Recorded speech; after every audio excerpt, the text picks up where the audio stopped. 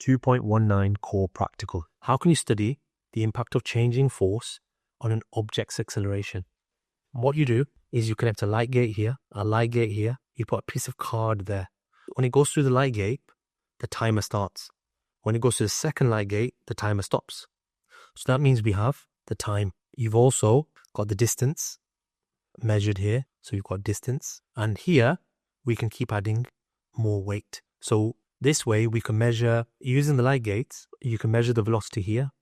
The light gate will measure the velocity here. So it shows you the change in velocity and the time it takes. In other words, it calculates the acceleration. So the first time you do this experiment, you do it with just 1 Newton. Then you add another one on top. Then you add another weight on top.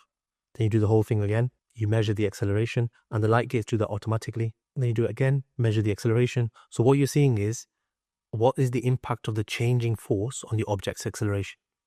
So what you do is you connect both light gates to the data logger to record velocity and analyze acceleration changes. So you're comparing the acceleration, the velocity from here to here. So this is your initial velocity, that's your final velocity. And using that, remember A equals V minus U divided by T. It's the final velocity minus the initial velocity. So light gates do all that calculation for you. Then you arrange the equipment as shown in the diagram and ensure proper alignment for accurate results. The light gates A and B measure the velocity at each point, allowing acceleration to be calculated between them. Then you increase the force here by adding weights in 1 Newton intervals. Then you measure and record the acceleration each time. And each time you add 1 Newton.